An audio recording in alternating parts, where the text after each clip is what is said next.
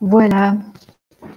Donc, je vais encore vous montrer quelques moments de la création d'Anselme Kiefer. Je vous rappelle qui, essentiellement, en tant qu'artiste allemand, reprend un peu cette réflexion sur la valeur expressive de l'art, donc qui va traduire avec des manifestations assez fortes certains sujets qui impliquent le rapport de l'homme, de l'être humain avec la société. Un moment qui est quand même assez fort par ses origines.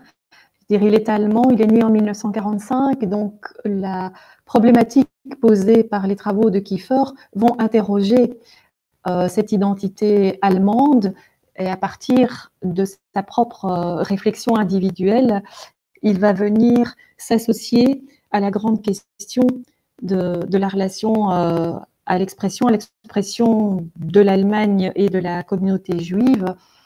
Et ces travaux vont progressivement se densifier aussi au niveau des matières utilisées. Donc, on va très vite glisser de l'approche plutôt picturale vers le sculptural et l'architectural.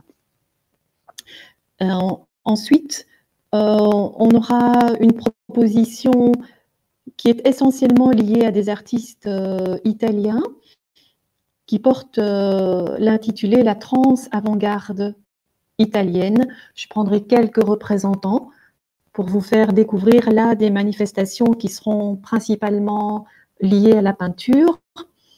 Et je ne sais pas si on aura l'occasion de prendre quelques artistes un peu charnières, donc Joseph Albers, Lucio Fontana ou Pierre Soulages, qui sont des personnes qui vont constituer donc un moment où ils s'inscrivent dans des questions posées par la modernité, et puis ils vont dépasser et ouvrir donc des approches, je veux dire, qui seront plutôt celles de l'art après les années 80.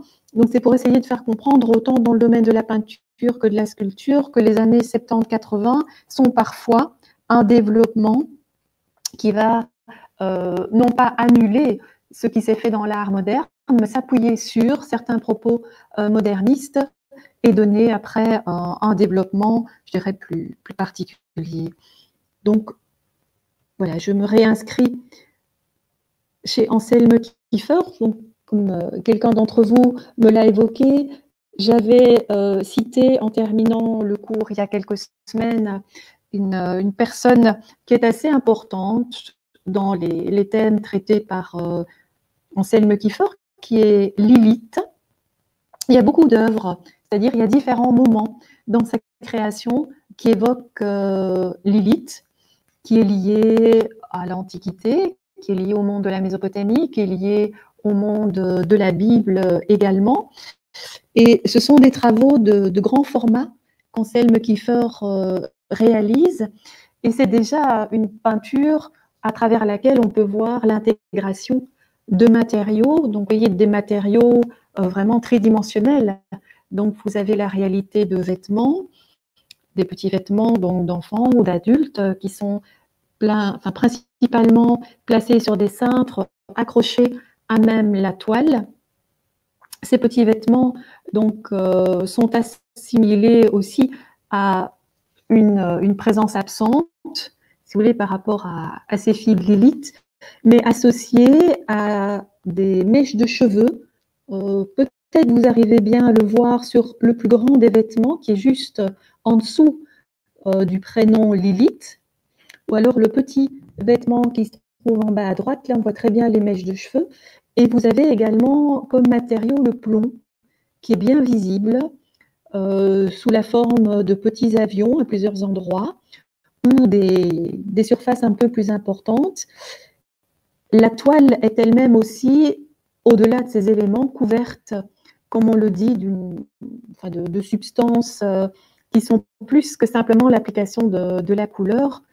Vous avez vraiment une espèce de tissu qui va se charger d'une sorte de sable, parfois de ciment, qui vous donne un développement à effet pictural, mais on peut voir que la question de la peinture s'ouvre, se charge de matière, et petit à petit donc vient traduire des moments de réflexion assez intenses, qui va ici toucher en même temps la question de l'identité de la femme dans l'histoire, l'histoire avec majuscule, et donc Lilith étant considérée comme la première femme, la première épouse de Adam avant Ève. Donc ça nous ramène vraiment à la question de l'origine. Voilà d'autres détails d'un travail qui traite du même sujet, mais dans des dimensions un peu différentes. Vous avez le même principe de l'usage des vêtements, qui sont, eux, accrochés par l'intermédiaire des cintres au niveau de ces grandes surfaces de plomb, comme des grands voiles de plomb. Voilà, en élargissant la lecture. Donc toujours, ça c'est Lilith et la mer Rouge. Donc il y a cette idée de la traversée, cette idée du déplacement. C'est un thème qui reste évidemment énormément d'actualité hein, par rapport à l'importance d'une part de la notion de l'exil, de la notion de l'exode, de la notion de la migration, et qui reste un fait qui nous affecte beaucoup, notamment au sein du bassin méditerranéen, mais qui ne peut donc que se traduire par une thématique finalement qui est totalement intemporelle et universelle. Donc le travail d'Anselme Kiefer, en allant chercher une réflexion sur un personnage appartenant à un récit extrêmement ancien, se perpétue, je veux dire, reste profondément d'actualité. Et le phénomène des migrants que nous connaissons ici vient se positionner après, évidemment, ce travail. Donc c'est ça aussi, la particularité de la proposition de l'art, c'est la dimension universelle que prennent ces travaux, qui fait que même si au départ on ne connaît pas nécessairement les questionnements d'Anselme Kiefer, son processus de travail, très souvent on ne peut pas rester dans une indifférence par rapport à ces éléments. Il y a beaucoup de manifestations immédiatement perceptibles, ou en tout cas on est interpellé, quelque chose se développe dans des observations questionnantes, et puis alors on peut aller chercher une documentation qui va confirmer la lecture qu'on en ressent. C'est là aussi la valeur, si vous voulez, expressionniste de l'artiste. Il part d'une approche qui peut être plus subjective, qui va s'ouvrir, s'élargir et faire écho à plus que lui, de manière à venir nous interroger nous-mêmes. Mais je dirais immédiatement dans quelque chose qui est là, dans sa réalité, je dirais, très concrète. Donc voilà, pour que vous ayez une perception plus générale ici de sa démarche. Donc Lilith et la mer Rouge, travail de 1990, qui est présenté dans un espace qui était anciennement une gare, Berlin-Hambourg, qui est devenu un musée d'art contemporain et qui offre, parce qu'on est sur plusieurs mètres de longueur, qui offre évidemment les possibilités de présenter des œuvres de grande envergure comme celles que nous avons devant nous. En passant, regardez cette articulation en trois parties, toujours un peu comme les anciens pouvaient le mettre en œuvre, hein, on pourrait appeler ça une sorte de triptyque. Il y a dans la distribution, dans la manière dont l'œil circule sur la largeur de l'espace, un glissement qui va s'opérer avec la partie centrale où sont concentrés les petits vêtements légèrement en retrait. Donc on sent très bien la notion de l'absence, la notion de la mort, évidemment, qui est signifiée ici, l'importance de la perte et du deuil, qui est aussi interrogée par le travail d'Anselme Kiefer. Ça revient à plusieurs moments dans sa recherche. Donc, voilà, si je prends encore un autre type de travail qui est directement là en relation avec également un texte, mais un texte plutôt de littérature. Donc ce travail s'appelle Seulement avec le vent, le temps et le son, qui est une inspiration immédiate d'un livre de Ingeborg Bachmann, qui est une auteure qu'Anselme Kiefer affectionne beaucoup, qui va également réfléchir sur la relation à l'exil, qui est quelqu'un qui est très proche de la Deuxième Guerre mondiale et justement cette difficulté pour le peuple juif d'avoir été extrêmement malmené par le peuple allemand. Ingeborg Bachmann comme Paul Celan sont deux auteurs qui vont tenter de reprendre la langue allemande comme un véhicule de leur expression première, alors que ce sont les ordres en allemand qui ont éliminé quelque part les membres de leur culture ou de la culture juive au sens général du terme. Anselme Kiefer, je crois vous l'avoir dit, aurait aimé être poète, véritablement utiliser le mot pour véhiculer ses idées. Voilà, c'est quelque chose qu'il n'a pas pu faire, mais il est extrêmement attaché aux livres, au texte, à la poésie, aux mots. C'est quelqu'un qui a une bibliothèque assez incroyable. Et au départ, avant d'élaborer tout un travail à travers la peinture et la sculpture, c'est souvent par l'intermédiaire de la création de livres qu'il met en place ces modèles, que ces méthodes, processus créatifs s'élaborent. Et à plusieurs reprises, les mêmes thèmes vont se présenter, ou sous la forme du tableau, sous la forme de la sculpture, et également donc à l'identique dans les livres qui peuvent prendre une épaisseur extrêmement importante, voire parfois rester complètement fermés, donc ne livrant pas le sens contenu. Donc ici, il y a, vous pouvez le découvrir sur le haut, la volonté chez Kiefer de venir transcrire un extrait du texte, donc il vient écrire lui-même sur la toile une partie donc d'une phrase qui lui parle, repris dans le texte de l'exil d'Ingeborg Bachmann.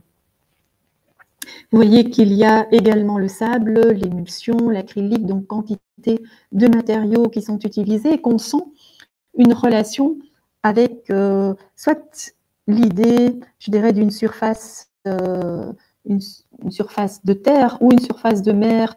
Il y a ces rythmes qui sont tantôt comme des sillons ou comme des vagues, parce que pour Anselme Kiefer, la mer est un MER. La mer est un élément extrêmement important qui est en fait notre source, qui est en fait notre origine, l'origine du monde. Donc on la pressent souvent dans la manière dont il vient déposer les différents éléments dans son travail.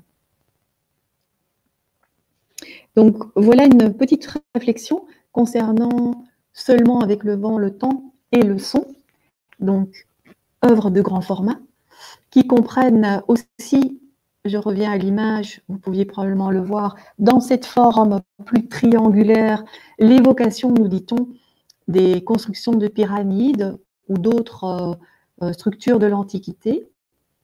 Et ce qu'on sait, c'est que pour bâtir cette œuvre-là, Anselme Kiefer va directement s'inspirer de photographies qu'il va prendre lors de certains de ses voyages en Amérique et en Asie, où il avait été marqué par la présence d'immeubles assez hauts, de gratte-ciel, qui, un peu comme peut l'être la pyramide, est véritablement un élément qui va faire un lien, qui va servir de relation entre la Terre et ce qui est au-delà.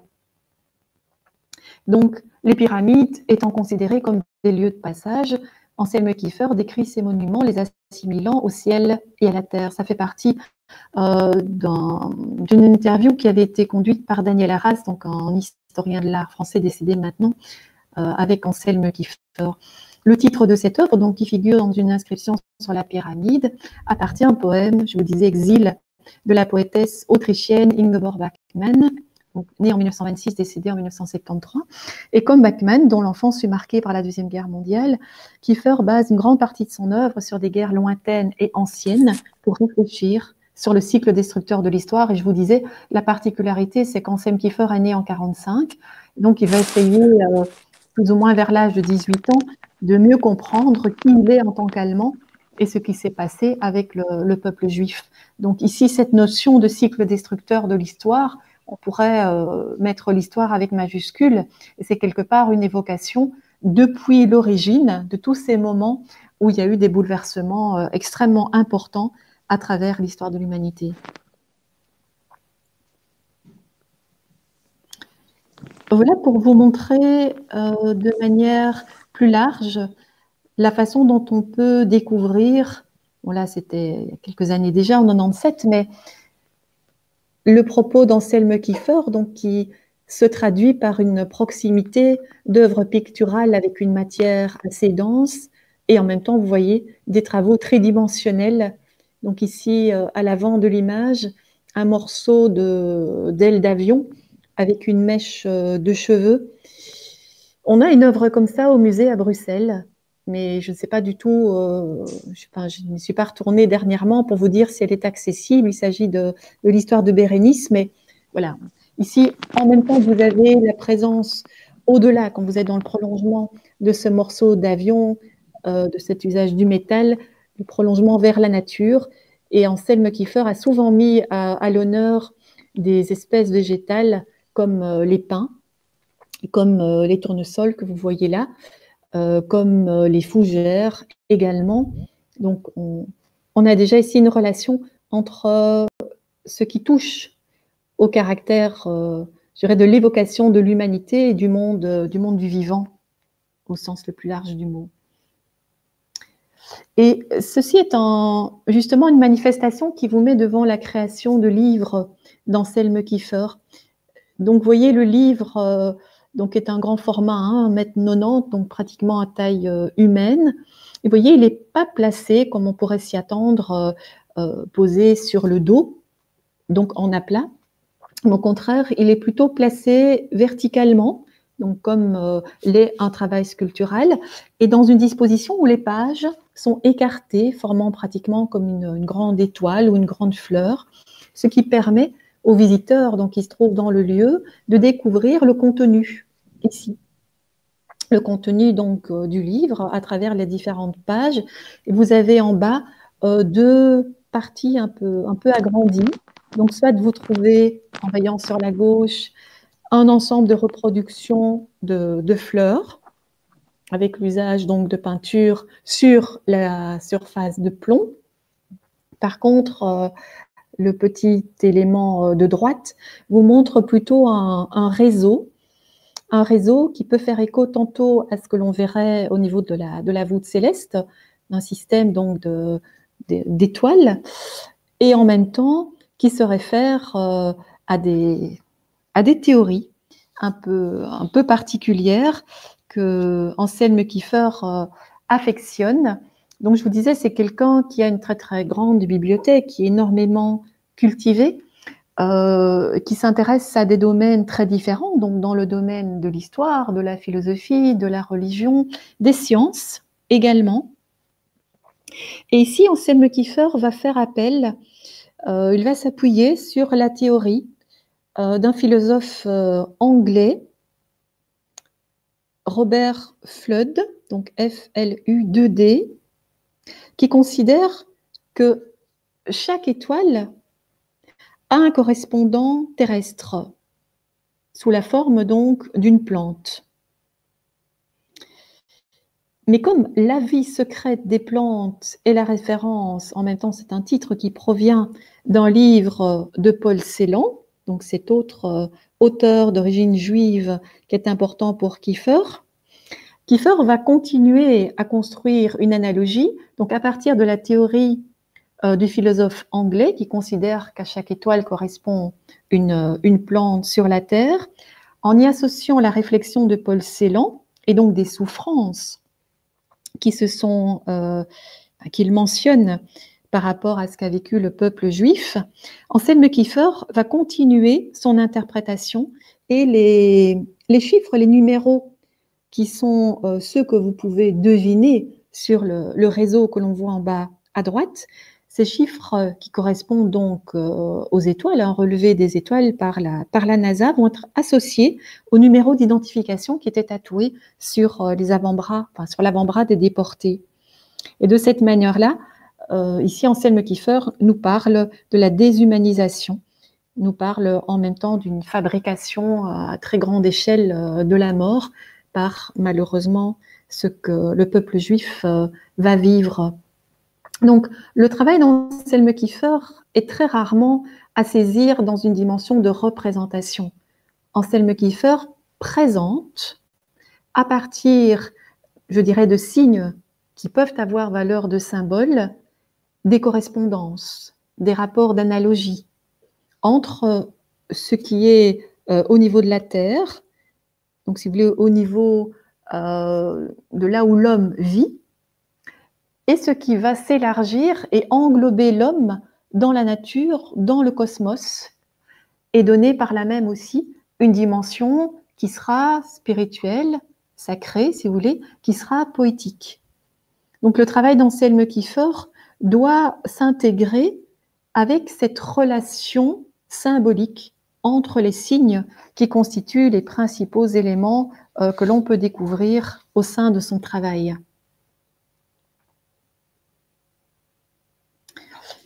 Voilà, vous le mettant sous les yeux par rapport à ce que je viens de vous expliquer.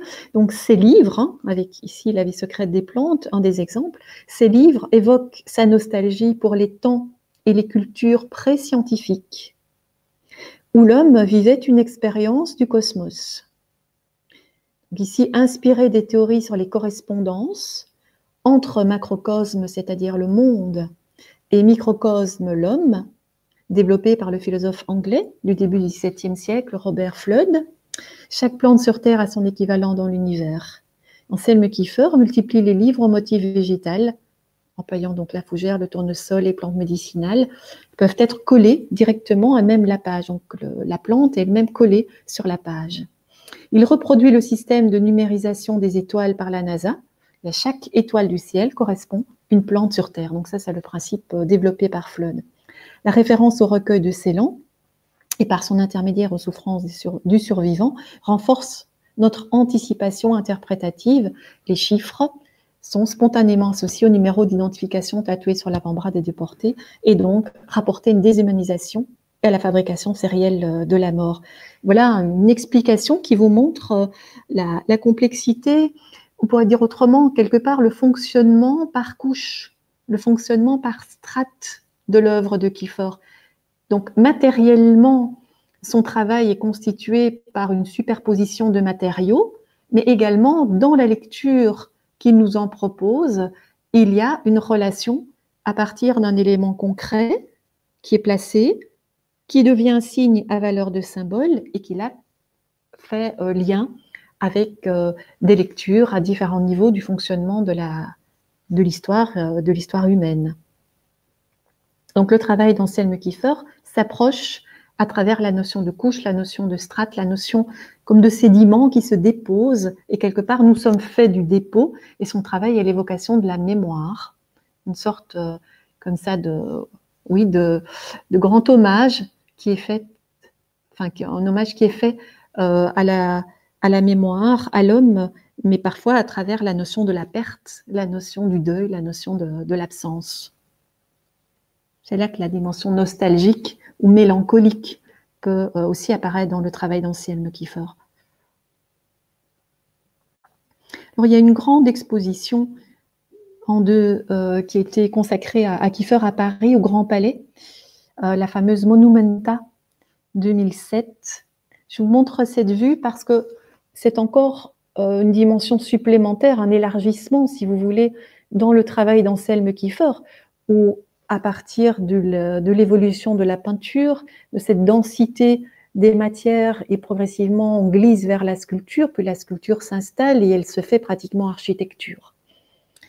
Et dans cette image, vous distinguez deux choses. Vous avez la conception de ce bâti qui est complètement ruiné, donc le sujet des ruines est très important aussi dans les thèmes approchés par Anselme Kiefer. Il va de nouveau y mêler des matériaux extrêmement lourds et travailler à très grande échelle. Et juste à côté donc de ce bâti en ruine, vous avez une sorte de cube comme un blocos à l'intérieur duquel les personnes peuvent rentrer. Et là, on a différents éléments qui sont placés.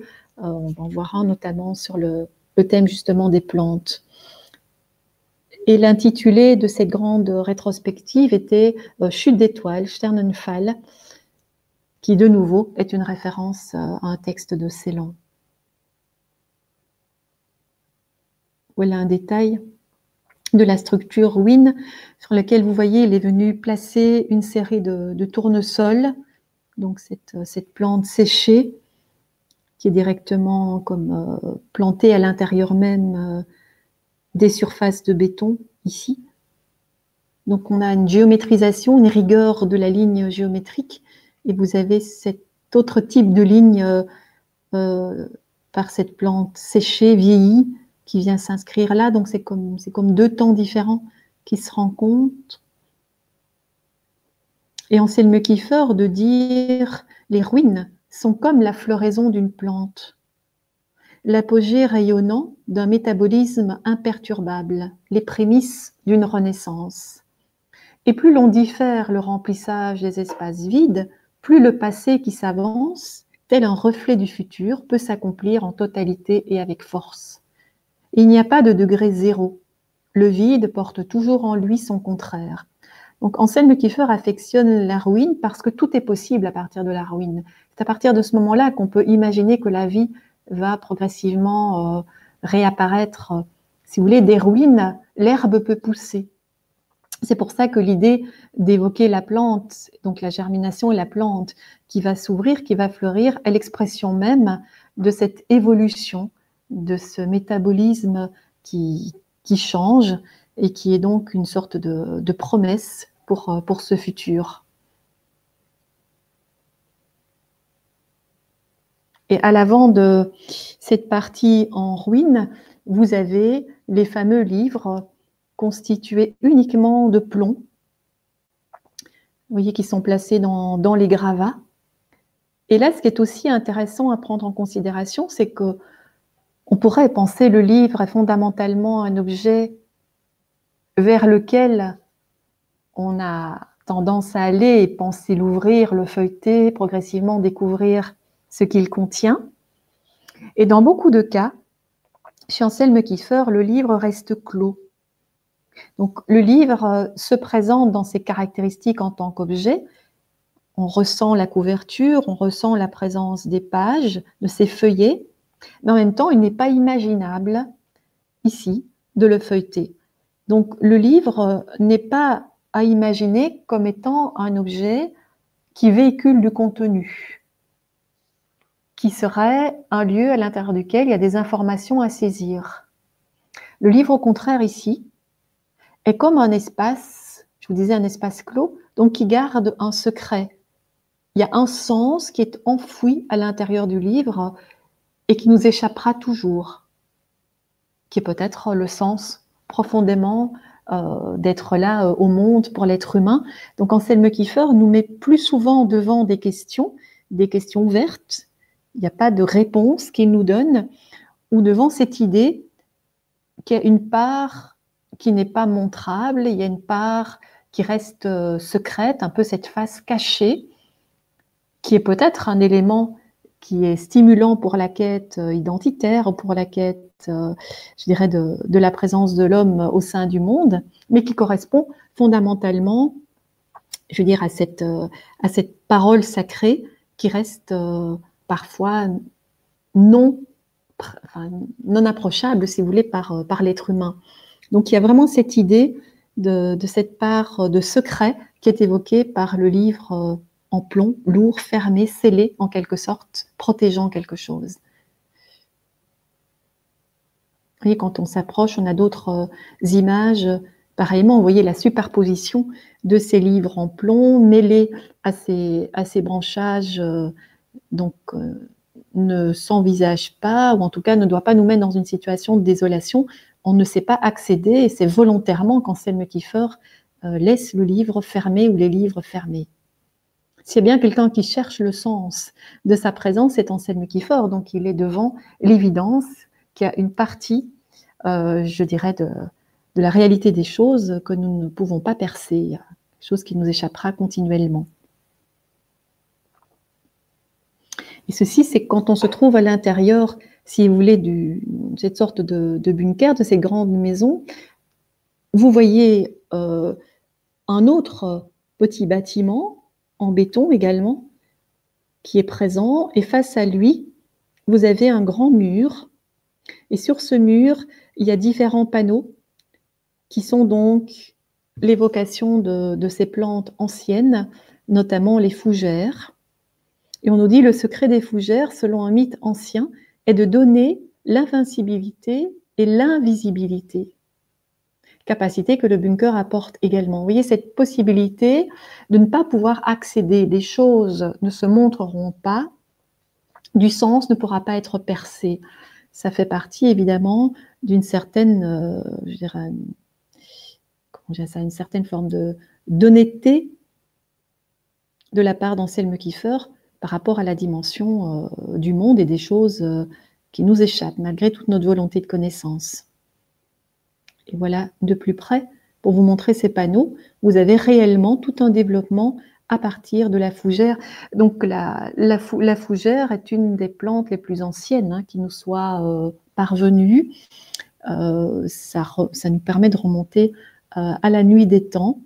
Donc voilà, la fougère est toujours là avec nous, mais c'est extrêmement intéressant aussi d'être ramené à une époque qui précède la présence de l'être humain au monde, et de voir donc tout un développement sur le sujet de la fougère, cette vie secrète des plantes à travers le texte de Celan. Donc tout ça est extrêmement lié, donc c'est des thèmes qui sont traités avec beaucoup d'unité chez Anselme Kiefer. Et peut-être avez-vous déjà entendu parler en 2010, un film a été présenté, Anselme Kiefer, L'herbe poussera sur nos villes, donc au-delà des ruines, l'herbe peut pousser, qui est un film qui a été réalisé par Sophie Fienne quand Anselme Kiefer avait son atelier dans le Gard, donc dans le sud de la France, dans le village de Barjac, qu'il avait l'occasion d'acheter et qu'il avait véritablement investi jusqu'à réaliser une œuvre architecturale en creusant dans le sol.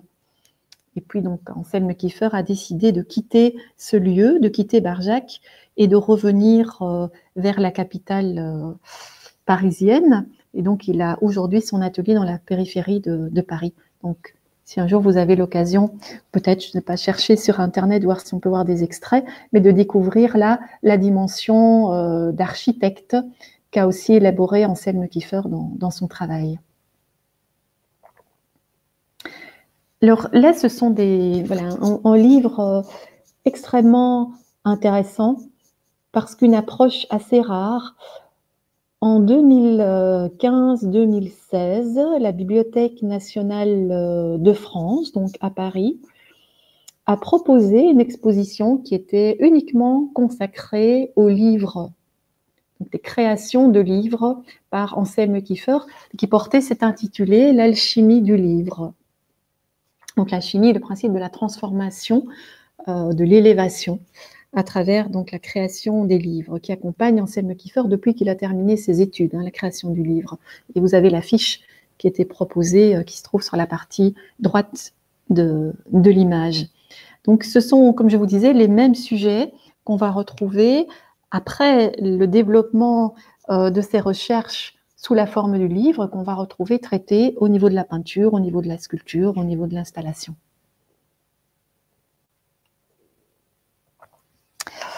Voilà, quelques mots pour terminer donc l'approche d'Anselme Kiefer. Par rapport à cette même, je dirais, contemporanéité, mais sur un autre territoire, quand on va vers l'Italie, où globalement, à partir de 1979, se sont révélées sensibilités partagées par plusieurs artistes, eux-mêmes aussi, liées à une volonté expressionniste. Donc, dans les années 80, on parlera de néo-expressionnisme. Les Allemands s'inscrivent dans cette appellation-là aussi. Cette trans-avant-garde italienne a très vite été reconnue parce que des œuvres ont été présentées à la Biennale de Venise de 1980 et qu'on avait le critique d'art Achille Bonito Oliva qui les défendait. Donc à partir de ce moment-là, on a vu l'Italie reprendre littéralement une place au sein de l'art contemporain, mais en se distinguant en tant que membre de la trans-avant-garde de ce qu'on appelle l'arte povera. Donc si vous voulez, l'Italie était très importante au début du XXe avec le futurisme, et puis elle a peut-être été moins une nation qui était porteuse d'idées totalement nouvelles, mais là, fin des années 70, début des années 80, elle revient en force, avec donc la trans-avant-garde d'un côté et l'arte povera, une démarche que l'on dit plus minimaliste. Ce sont évidemment deux attitudes totalement différentes. Je vais directement vous montrer deux œuvres, l'une appartenant à la trans-avant-garde et l'autre à l'arte povera, pour que vous puissiez en prendre la distinction. Donc si je reste avec la trans-avant-garde, ils veulent revenir à une forme d'art qui sera plutôt l'approche de la peinture par la pratique d'un métier, un savoir-faire, pourrait-on dire, comme s'ils s'inscrivaient dans la suite d'une grande tradition. Ils vont se référer également à des sujets qui appartiennent à l'histoire de l'art italien, mais en prenant une certaine forme de liberté dans cette expression, être capable de subjectivité. Achille Bonito Oliva a entre autres dit « Maintenant, faire de l'art signifie avoir tout sur la table dans une simultanéité tournante et synchronique qui réussit à fondre dans le creuset de l'œuvre images personnelles et images mystiques, signes liés à l'histoire individuelle et signes publics liés à l'histoire de l'art et de la culture. » C'est un peu un élément qui sera commun à l'ensemble des représentants de la trans-avant-garde. Donc on la situe entre 1979 et 1988. Donc voilà, deux travaux. Donc celui de gauche de Giovanni Anselmo, datant de 1968. Là, nous sommes dans une proposition de l'arte povera. Et l'image, donc travail sculptural, l'image de droite, ici, de Francesco Clemente, qui est un moment des stations du Christ, donc les phases, si vous voulez, où le Christ va porter cette croix pour aller vers ce moment de la crucifixion, qui date de 82. Cette peinture s'inscrit, elle, totalement dans la trans-avant-garde. Ce qui pourrait peut-être apparaître commun, si vous voulez, c'est cette espèce de grande ouverture, donc, qui est formée par la bouche ouverte de cette partie du visage, de ce faciès. Et là où vous avez la salade qui est positionnée sur le bloc de granit et qui s'inscrit, formant également une surface assez circulaire, assez ovoïde, hein, positionnée verticalement, et qui crée une sorte de béance, comme si l'un venait manger l'autre. Mais au-delà de ça, tout vient séparer ces deux propositions. Donc on a un caractère assez rigoriste, assez simplifié, et justement une volonté de permettre d'élaborer une sorte de relation avec une forme de quête d'équilibre entre le granit, un matériau dur, résistant, immuable, et la salade qui au contraire est fragile. C'est l'approche plutôt de l'éphémère.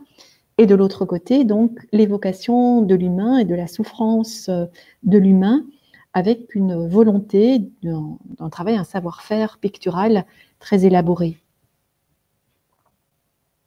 Donc, en reprenant petit développement qui apparaît sur le site du Centre Pompidou à Paris, on nous dit l'arte povera, donc concernant l'œuvre que vous aviez à gauche, hein, d'Anselmo avec le granit, fil de cuivre et l'étui.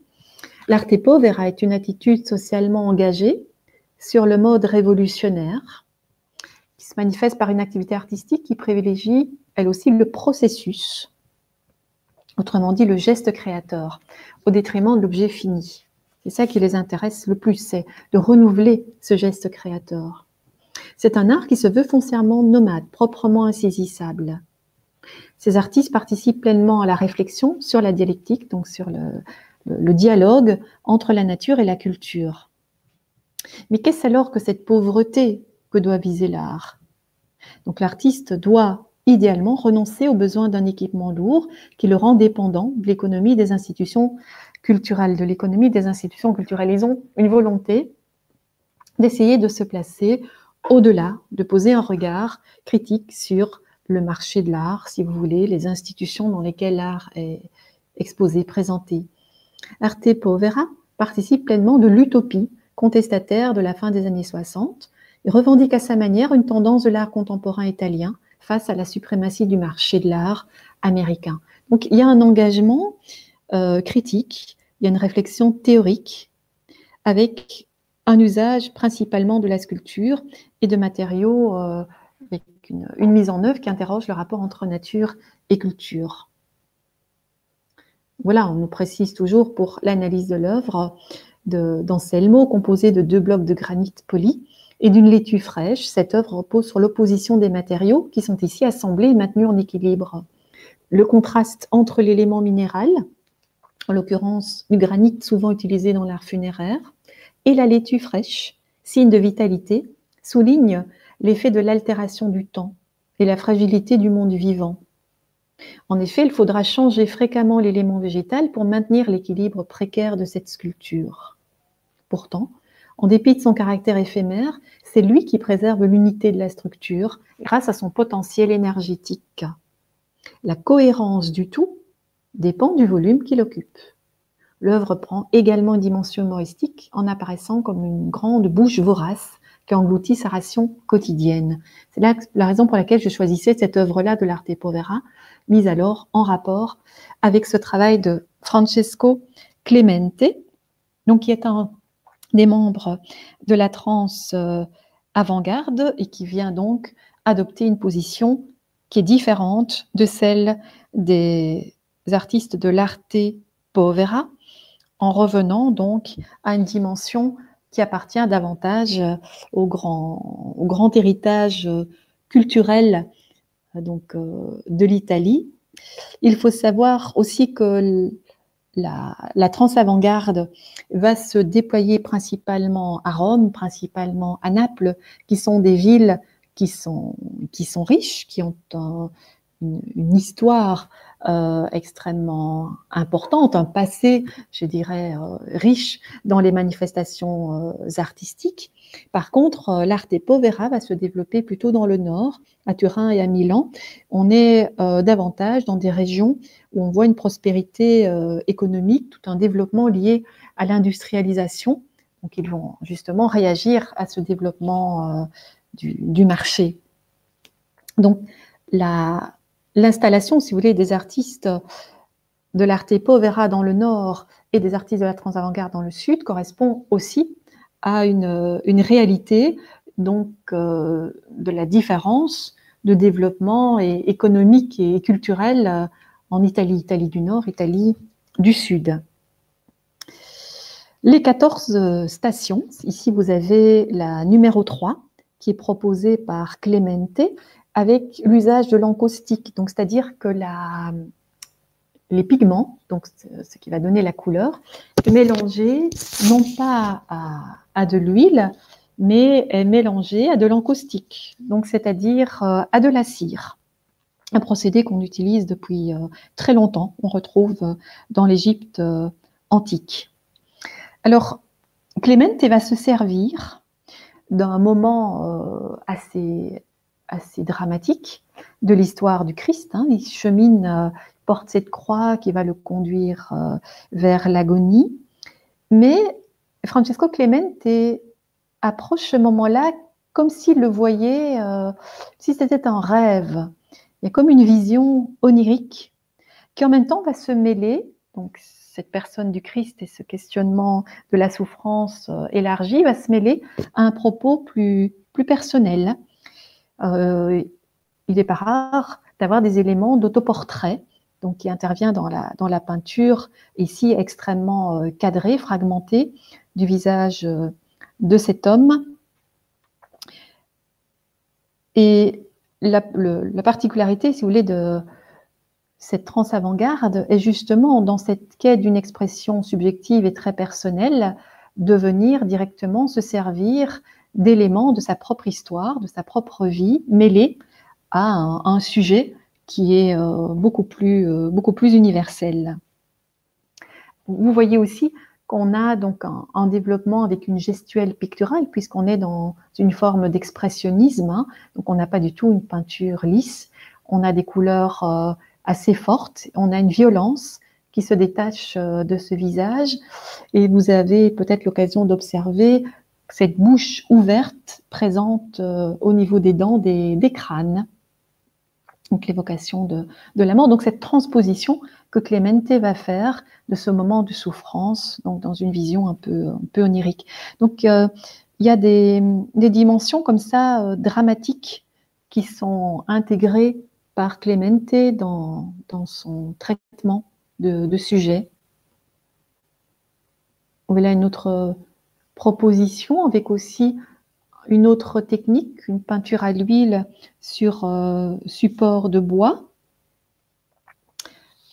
Alors, vous avez de nouveau cette relation possible avec un sujet religieux, puisque vous voyez un corps de femme qui est placé dans une disposition de corps crucifié, et puis cette longue chevelure qui descend donc d'un visage extrêmement simplifié et qui se termine dans la bouche donc de Clemente lui-même. Et là, on sent peut-être plus cette dimension érotique dans son travail qu'uniquement l'approche dramatique ou violente qu'il y avait dans la première. Donc cette possibilité, vous voyez, de traiter de manière très libre ce sujet, cette relation homme-femme qui est montrée ici aussi. Et Clemente, tout autant qu'il va renouveler l'approche de certains grands sujets de l'histoire de la peinture, va s'essayer à une diversité de techniques. Donc il va travailler l'huile, la fresque, la cire, on l'a dit, le pastel, l'aquarelle, la gouache, mais donc une diversité de techniques picturales dont il va se saisir. Donc si les tonalités sont un petit peu plus douces, et on a voilà, un format, je dirais, moyen, 1,30 m de hauteur.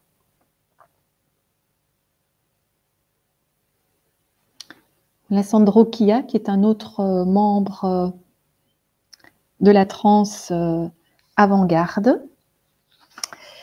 Sandro Chia est un peintre, est un sculpteur, est un graveur. Il s'essaye également à différents développements techniques. Et sa volonté est aussi de revenir à une forme où le tracé figuratif est importante, à partir de là, venant se dissocier, se démarquer de l'usage de certaines formes, de certaines matières des artistes de l'arte povera, considéraient que l'arte povera était, je dirais, trop théorique quelque part, trop intellectuel, quelque chose de trop froid. Donc il veut revenir à une dimension humaine. Et il est très observateur de la manière dont les anciens ont pu travailler le corps, notamment les maniéristes italiens, donc les artistes du XVIIe, donc Michel-Ange et puis ceux qui le suivent. On peut retrouver peut-être cette référence et puis cette interprétation très personnelle que l'on a ici, justement, du personnage, à travers cette proposition ici servie par la technique de la gravure. Et il y a une modernisation qui se fait par rapport au thème des anciens, à travers cette sorte de déplacement, ce flottement particulier. Vous voyez ces doigts aussi très étonnants qu'il met en œuvre, un contraste puissant entre les valeurs claires et les valeurs sombres. Aussi un autre travail, vous retrouvez peut-être justement cet écho aux anciens, ces corps imposants, puissants, d'une figure qui pourrait apparaître comme appartenant au siècle passé, reconsidérée par Chia, ici servie par une technique mixte avec cet attrait pour la pureté de la ligne, si vous voulez, cette simplification. Ces personnages qui sont un peu décalés par rapport à la réalité, donc ils sont projetés, si vous voulez, dans un monde assez personnel par ces artistes, qui peuvent parfois être en relation avec le mythe. Et là, vous avez ces petits bras qui se tendent vers cette femme presque sculptée, quand on voit la simplification des traits du visage.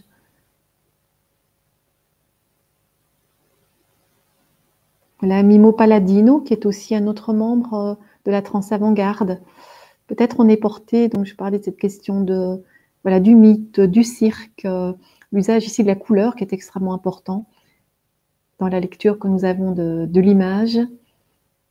Les personnages qui peuvent appartenir au théâtre aussi, donc des sortes de projections, ça par les vêtements, par les expressions des visages, un peu comme des masques, qui nous donnent, on le voit très très bien, des références à l'histoire de l'art qu'ont ces différents artistes. On peut être dans le monde grec, dans le monde romain, dans la Renaissance, parfois dans toute l'histoire théâtrale. Vous voyez un dispositif qui est totalement différent, auquel on s'attend peut-être moins à cette époque. On est en 2007, donc c'est une proposition.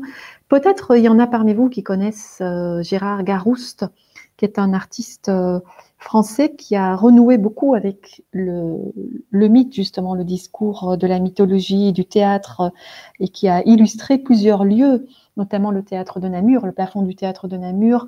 Moi, je suis montoise et la salle de l'hôtel de ville a été aussi décorée sur le grand thème du doudou, donc de la rencontre de Saint-Georges et du Dragon par Gérard Garouste.